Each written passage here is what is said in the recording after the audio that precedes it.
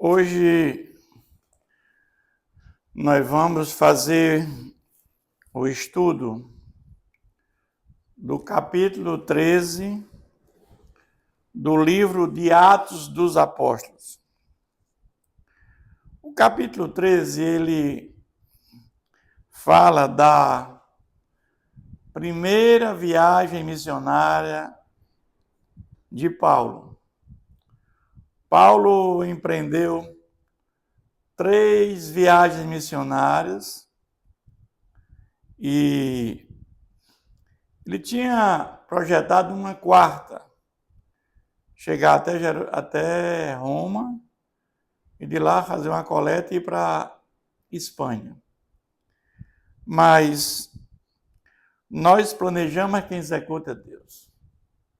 Na realidade, ele só conseguiu fazer 3 viagens missionárias. Capítulo 3 começa Paulo falando na sua primeira viagem missionária. Começa dizendo o seguinte: havia na igreja de Antioquia, nós falamos que Antioquia era naquela dispersão com a morte de Estevão, que muitos diáconos, muitos profetas foram para Antioquia. Foi em Antioquia que os discípulos são chamados cristãos pela primeira vez. E ele diz que em Antioquia, profetas e mestres. Havia em Antioquia, na igreja de Antioquia, profetas e mestres. Barnabé, Simeão, por sobrenome Níger, Lúcio de Cirene, Manaém, que era um colasso de Herodes, ou seja, era um amigo de Herodes, o tetrarca, e Saulo. E servindo eles ao Senhor e jejuando, disse o Espírito Santo: olha como tinha tanta gente boa aqui em Antioquia. Mas servindo eles ao Senhor, ou seja, pregando a palavra de Deus em Antioquia e jejuando, disse o Espírito Santo: separai-me agora Barnabé e Saulo para a obra a que eu os tenho chamado.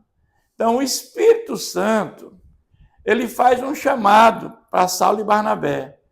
Separem, saiam de Antioquia e vão fazer a obra. Pregar a palavra de Deus em localidades que ainda não foi pregada a palavra de Deus. Então, jejuando e orando, e impondo sobre ele as mãos, os despediram. Enviados, pois, pelo Espírito Santo, desceram a Seleucia e dali navegaram para Chipre. Então, Chipre era aquela ilha que ficava próximo dali, e eles começam agora a empreender a sua primeira viagem missionária, e vão para Chipre. E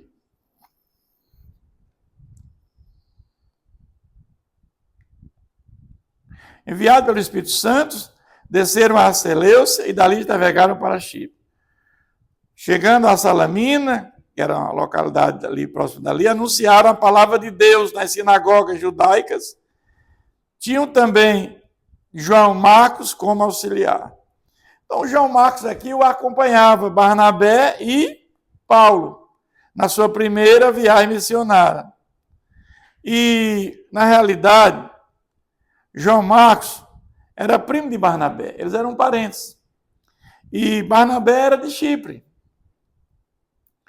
Ele disse que atravessando toda a ilha de Pafos, encontraram certo judeu mágico, falso profeta de nome Bar-Jesus, o qual estava com o procônsul Sérgio Paulo. Lá em Chipre tinha um governador. O governador, esse Sérgio Paulo, era um procônsul. Quando era procônsul, normalmente ele era estabelecido pelo Senado romano, por ser um procônsul. Paulo, homem inteligente, este, tendo chamado Barnabé e Saulo, diligenciava para ouvir a palavra de Deus. Então, esse homem, esse procônsul, homem dizendo que era um homem inteligente e sábio, ele chama Barnabé e Saulo para ouvir a palavra de Deus. Mas opunha-se Elimas o mágico, porque assim se interpretava o seu nome, procurando afastar da fé o procônsul. Então esse mágico, esse Bar Jesus, que era um falso profeta, ele procurava desviar esse procônsul dos caminhos do Senhor, da palavra de Deus. Então ele contraditava aquele que Saulo, né, Saulo e Barnabé dizia. Todavia Saulo, também chamado Paulo, é aqui no capítulo 13 que Saulo agora se torna Paulo, na sua primeira viagem missionária. Saulo era um nome judeu e Paulo era um nome romano. Cheio do Espírito Santo, fixando nele os olhos, disse: filho do diabo, ou seja, Paulo chama esse Bar Jesus de filho do diabo, esse mágico, cheio de todo engano e de toda malícia, inimigo de toda injustiça, não cessarás de perverter os retos caminhos do Senhor. Ele estava atrapalhando a pregação de Paulo e de Barnabé. Ou seja, não querendo que esse procônsul se convertesse. E agora ele diz: pois agora eis, aí está sobre ti a mão do Senhor, e ficarás cego. Meus irmãos, esses apóstolos tinham muitos poderes dados por Jesus, através do Espírito Santo, que foi derramado de dia de Pentecostes. Paulo agora, um apóstolo fora de tempo, porque ele não teve com Jesus pessoalmente, diferentemente dos demais. E lá na igreja de Corinto, eles não aceitam Paulo como apóstolo, porque ele diz que Paulo não esteve com Jesus. E Paulo vai dizer que sim, que esteve com Jesus, mesmo fora de tempo, mas esteve. Naquele encontro que ele esteve com Jesus. E ele agora tem poderes, né, dado pelo Espírito Santo a todos os apóstolos para fazer a obra. E ele diz: pois agora eis aí sobre ti a mão do Senhor, e ficarás cego, não vendo o sol por algum tempo. No mesmo instante caiu sobre ele névoa e escuridade, e andando à roda procurava quem o guiasse pela mão. Isso aqui é o que chamamos de oração imprecatória, né? Aquela oração que você pede alguma coisa para alguém, né, que não é uma coisa boa, né? Mas aqui era para Paulo dar continuidade à obra do Senhor. Então o procônsul, vendo o que sucedera, creu, maravilhado com a doutrina do Senhor. Então aquele procônsul, ele viu a manifestação do poder de Deus através de Paulo, né, para aquele homem ficar cego. E navegando de Pafos, Paulo e seus companheiros, ou seja, Paulo e seus companheiros Barnabé e João Marcos, dirigiram-se a Perge, na Panfilha, ou seja, eles iam ali para a região da Antioquia de Pisídia, para aquelas igrejas de Icônio, Listra e Derbe. Essa é a primeira viagem de Paulo para aquela região, que não conhecia ainda o Evangelho do Senhor Jesus. Mas João, porém, apartando-se dele, voltou para Jerusalém. Ninguém sabe o motivo aqui que João Marcos não quis dar continuidade a essa primeira viagem missionária. Ele abandonou Paulo e Barnabé. João Marcos, como eu falei, era primo de Barnabé. Talvez com saudade da família, ou não aguentou, porque essas viagens eram muito cansativas, não era fácil, muita perseguição. A Bíblia não fala o motivo. Mas eles, atravessando-se Perge para Antioquia da Pisídia, indo no sábado à sinagoga, assentaram-se. Era comum, sempre que Paulo chegava numa cidade, o primeiro local que Paulo ia era numa sinagoga. Por que Paulo ia para uma sinagoga, irmãos? Meus irmãos, porque a sinagoga era o lugar que os judeus já conheciam a palavra de Deus, conheciam a Tanakh, conheciam a Torá. E ali, dentro da Tanakh, havia muitas profecias sobre o Messias. Então ficava fácil para Paulo pregar o Evangelho de Jesus Cristo, porque Paulo usava a própria Tanakh, o Antigo Testamento, para dizer que aquelas passagens ali que tem no Velho Testamento sobre o Messias se concretizou na pessoa de Jesus. Jesus era o Messias que está ali na Tanakh. Então facilitava tudo. Porque ele ia dizer lá em Miqueias, lá em Isaías, em todos aqueles profetas, em Salmos, que ali se referia ao Messias, e o Messias era Jesus, que veio a este mundo, morreu, ressuscitou, subiu aos céus, e muitos viram, os apóstolos estiveram com ele. E o reino dele é espiritual. E sem Jesus não há salvação, não há vida eterna. Então ficava fácil convencer os judeus dentro das sinagogas, por isso que Paulo pegava o próprio Antigo Testamento para convencê-los. E o fato é que, mas eles atravessando de Perge para Antioquia da Pisídia, indo no sábado da sinagoga, sentaram-se. Depois da leitura da lei e dos profetas, da lei e dos profetas, os chefes da sinagoga mandaram dar-lhe: irmãos, se tendes alguma palavra de exortação para o povo, dizei-a, ou seja, um consolo. Paulo, levantando-se e vendo com a mão sinal de silêncio, disse: varões israelitas, e vós outros que também temeis a Deus, ouvi. O Deus deste povo de Israel escolheu nossos pais e exaltou o povo durante sua peregrinação na terra do Egito, de onde os tirou com braço poderoso. E aqui, Paulo agora vai falar lá do Antigo Testamento, na passagem que Deus, ele usa um libertador para livrar o povo da opressão, né? Aqueles 400 anos que aquele povo ficaram escravizados lá no Egito. E ele vai dizer: e suportou-lhe os maus costumes por cerca de 40 anos no deserto. E suportou-lhes os maus costumes. Nós vimos que ali no Egito entraram 75 pessoas e saíram quase 2 milhões de pessoas. Ali murmuraram, desobedeceram a Deus, adoraram falsos deuses. Então ali, aqueles maiores de 21 anos, quase todos morreram no deserto.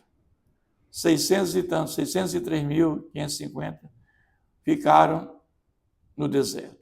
Só entrou em Canaã Josué e Caleb, por desobediência a Deus. Vencidos cerca de 450 anos depois disso, e deu juízes até o profeta Samuel. Ele aqui está falando que quando o povo entra em Canaã, que a terra é dividida entre as tribos, aí nós vamos ter o governo dos juízes. Mas esse povo, eles se rebelaram contra Deus.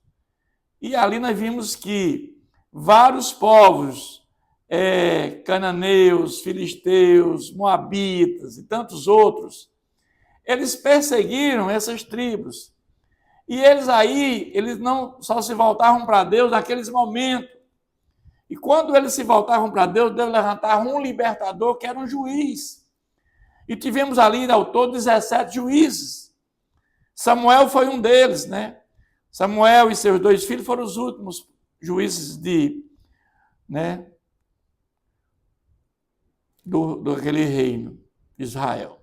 Então lhe pediram um rei, e Deus lhe deparou Saul, filho de Quis, da tribo de Benjamim, isso pelo espaço de 40 anos. Nós vimos que quando o governo do juiz acaba, nós entramos agora com um rei, Saul, 40 anos, Davi reinou 40 anos e Salomão 40 anos. E aí o Reino Unido agora, ele se divide em 2, rei de Israel e reino de Judá. Reino de Israel com 2 tribos. Desculpe. Reino de Judá com 2 tribos. E reino de Israel com 12 tribos. Reino de Israel caiu na Síria, com o Império Assírio, em 722.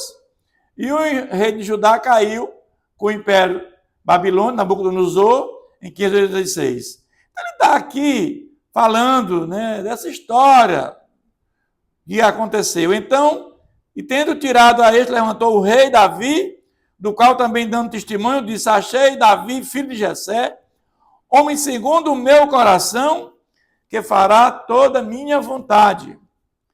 A descendência deste, conforme a promessa, trouxe Deus a Israel, o Salvador, que é Jesus. Então, ele está aqui levantando esse conhecimento aqui na sinagoga, para chegar até Davi e dizer que Jesus é da descendência de Davi. Jesus, ele é da ordem de Melquisedeque.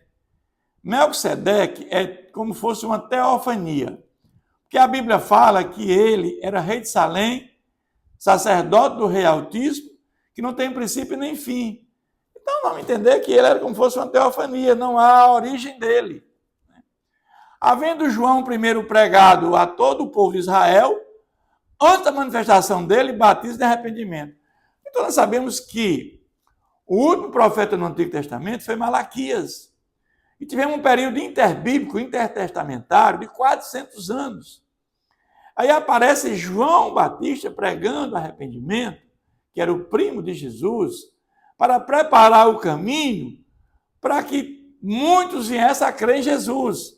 Por isso que Jesus diz que nascido de mulher não tem maior do que João Batista. Mas ao completar João a sua carreira, dizia: não sou quem supondes, mas após mim vem aquele de cujos pés não sou digno de desatar a sandália. Porque muitos entendiam que João era o próprio Messias. João disse: eu não sou o Messias, eu não sou o Elias. Porque havia uma profecia, dizia que o Messias só viria depois que Elias viesse. E Jesus vai dizer que Elias veio e vocês não aceitaram, mas João Batista veio no espírito de Elias. Sentido de alimentação, de pregação da palavra, o local no deserto, a alimentação. Esse era o sentido. Não é que João Batista era a reencarnação de Elias. Até porque reencarnação não é bíblico. Existe a encarnação, e o verbo se fez carne. Deus encarnou, ou seja, Jesus tem 2 naturezas, humana e divina. 100% Deus, 100% homem. E irmãos, descendência de Abraão, e vós outros, os que temais a Deus, a nós nos foi enviada a palavra desta salvação. Pois os que habitavam em Jerusalém, as suas autoridades, não conhecendo Jesus, nem os ensinos dos profetas que se leem, todos os sábios, quando condenaram, cumpriram as profecias. Porque as profecias que estavam no Antigo Testamento dizia que o Messias seria morto, que o Messias seria crucificado. Então, cumpriu-se a profecia através do Antigo Testamento. Então, lá fala do nascimento, da morte e ressurreição de Jesus, e se cumpriu na pessoa de Jesus. Então, Jesus é o Messias. Então, Paulo era uma sabedoria muito grande, um poder de persuasão, de convencimento na sinagoga, porque Paulo usava o Antigo Testamento, porque até então eles não tinham Novo Testamento. Então, Paulo usava o Velho Testamento para provar que Jesus era o Messias prometido, pregando, né, o que os profetas profetizaram. E, embora não achasse nenhuma causa de morte, pediram a Pilatos que ele fosse morto.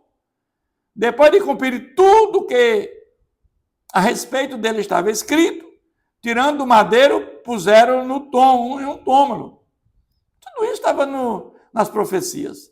Mas Deus o ressuscitou dentre os mortos. e foi visto muitos dias pelos que com ele subiram da Galiléia para Jerusalém, os quais são agora as testemunhas perante o povo. Ou seja, Paulo está dizendo que esse Jesus, ele morreu, ressuscitou, subiu aos céus, ficou na terra ainda por 40 dias, apareceu fez 12 aparições, apareceu a muitos dos apóstolos, que são testemunhas da sua ressurreição. E são testemunhas perante o povo. Nós vos anunciamos o evangelho da promessa feita a nossos pais. Aí ele vai dizer, como Deus a cumpriu plenamente a nós, seus filhos, citando Jesus, como também está escrito no Salmo 2, tu és meu filho, eu hoje te gerei. Então vamos ver que todas essas passagens que existem no Antigo Testamento, Paulo usa para confirmação que Jesus era o Messias prometido.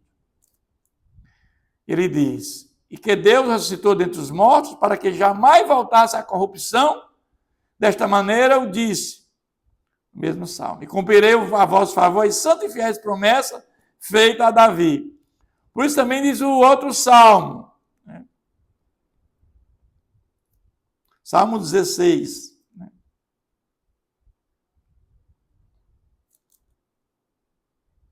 Não permitirás que o teu santo veja corrupção, porque na verdade, tendo Davi servido a sua própria geração, conforme o desígnio de Deus, adormeceu, foi para junto de seus pais e viu corrupção. Ele fala aqui a questão que o corpo de Jesus, ele não sofreu, não houve apodrecimento. Corrupção aqui no ponto de apodrecimento. Porque Jesus ressuscitou o terceiro dia. Jesus foi colocado naquele túmulo. O único túmulo que está vazio hoje é o túmulo de Jesus. Nenhum outro túmulo está vazio. Se você olhar Confúcio, Buda, Maomé e tantos outros, todos não estão vazios. O único que está vazio de Jesus. Ele também fala que o túmulo de Davi não está vazio. Porque Davi, a alma dele foi para o paraíso, certo? Mas ele sofreu corrupção. Ou seja, apodrecimento. Porém, aquele a quem Deus citou não viu corrupção. Tomai, pois, irmãos, conhecimento de que se vos anuncia a remissão de pecados por intermédio deste. Ou seja, não há salvação fora de Jesus. Tudo aquilo que se fazia na antiga aliança era levando para Jesus. A lei serviu de tutor para chegar a Jesus. A lei, ela nos atesta que somos pecadores. A lei salvaria se nós cumpríssemos a lei. A lei é boa, é santa, perfeita, mas ninguém consegue cumprir a lei. Porque dos 613 mandamentos da lei, deixaram de cumprir um, e tem a subjetividade na lei, nós deixamos de cumprir a lei. E Jesus cumpre a lei em nosso favor. É isso que Paulo está pregando dentro da sinagoga. E por meio dele, todo o que crê é justificado de todas as coisas, dos quais vós não pudeste ser justificados pela lei de Moisés. A justificação é no tribunal de Deus. Quando Jesus, ele prometeu aos apóstolos que enviaria o Espírito Santo, não muito tarde, depois que Jesus subiu aos céus, Jesus ressuscitou e passou 40 dias aqui na terra. Jesus manda o Espírito Santo no dia de Pentecostes. Ou seja, 10 dias após a sua ascensão. Pentecostes era a festa da colheita, ela era 50 dias após a Páscoa. E o Espírito Santo, ele veio, e aqueles que escutam a palavra de Deus são convencidos pelo Espírito Santo e regenerados. O Espírito Santo produz em nós um novo nascimento. O novo nascimento é obra do Espírito Santo. Depois de regenerados, nós possamos ter fé e nos arrependermos. porque nós, sabe, o pecado é a morte, nós estávamos mortos espiritualmente com a queda do homem. E aí, quando nós somos vivificados pelo Espírito Santo, passamos a ter vida espiritual. E após isso, nós somos justificados pela fé em Jesus Cristo. Ou seja, no tribunal de Deus, lá é dito que quando nós colocamos a fé em Jesus, ele vai dizer, esse aqui, os seus pecados foram pagos. Jesus pagou a conta. É no tribunal de Deus que nossa conta foi paga. É a justificação. É isso que Paulo aqui está dizendo. Porque não pudesse ser justificado pela lei de Moisés, mas sim, nós somos justificados pela fé em Jesus Cristo, no tribunal de Deus. Notai, pois, que não vos sobrevenha o que está dito nos profetas. Vede, ó desprezadores, maravilhai-vos e desvanecei, porque eu realizo em vossos dias obra que não creais, se alguém vos contar. Ao saírem eles, rogaram-lhe que no sábado seguinte lhe falasse estas mesmas palavras. Eles ficaram interessados naquela palavra. A palavra foi muito forte. Despedida da sinagoga, muitos dos judeus e dos prosélitos, que eram pessoas recém-convertidas, piedosos seguiram Paulo e Barnabé, e eles, falando-lhe, os persuadiram, convenceram a perseverar na graça de Deus. No sábado seguinte, afluiu quase toda a cidade para ouvir a palavra de Deus. Quase toda a cidade para, na realidade, ouvir a palavra de Deus, porque a palavra foi muito forte. Mas os judeus, vendo as multidões, tomaram-se de inveja e, blasfemando, contradiziam o que Paulo falava. Olha só, meus irmãos, aqui bate a inveja, porque esses judeus, eles não tinham os poderes que Paulo tinha dado pelo Espírito Santo. Então, Paulo e Barnabé, que Barnabé também tinha, né? O homem cheio do Espírito Santo. Então, Paulo e Barnabé, falando ousadamente, disseram, cumpria que a vós outros, em primeiro lugar, fosse pregada a palavra de Deus mas posto que a rejeitais e vós mesmos vos julgais indignos da vida eterna, eis que nos volvemos para os gentios. Paulo está dizendo, olha, nós viemos primeiro para vocês, mas já que vocês, né, são indignos da vida eterna, da salvação, nós vamos para os gentios. Porque já tinha esse entendimento que eles podiam pregar para todos. Mas Paulo vai para a sinagoga, que na sinagoga era mais fácil, porque os gentios já tinham esse conhecimento do nosso Deus. Porque o Senhor assim nulo determinou. Eu te construí para a luz dos gentios, a fim de que sejas para a salvação até os confins da terra. Os gentios, ouvindo isso, regozijavam-se e glorificavam a palavra do Senhor. Os gentios deram glória e creram todos os que haviam sido destinados para a vida eterna. Nós sabemos que a vida eterna é aqueles que vão crer em Jesus Cristo, crer como Jesus como seu Salvador, e vão perseverar até o fim. Esses são os eleitos de Deus, que antes que Deus criasse o mundo, ele já colocou por presciência o nome dos eleitos no livro da vida. E vamos estar um dia com Jesus por toda a eternidade, quando Jesus voltar pela segunda vinda, num corpo glorificado. E divulgava-se a palavra do Senhor por toda aquela região. Mas os judeus instigaram as mulheres piedosas de alta posição, e os principais da cidade levantaram perseguição contra Paulo e Barnabé. Fazer a obra de Deus não é fácil, meus irmãos. Expulsando do seu território. Então, expulsaram Paulo, na realidade, e Barnabé. E o fato é que, esse sacudido contra aqueles, o pó dos pés, partiram agora para Icônio. Os discípulos, porém, eles terminam esse capítulo dizendo, os discípulos, porém, transbordaram de alegria e do Espírito Santo. Então, aqui, Paulo, ele começa pregando, passando por Chipre, vai agora para Antioquia da Pisídia.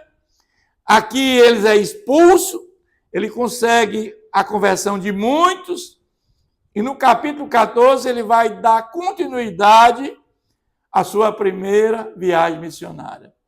É isso que esse texto nos ensina, meus irmãos.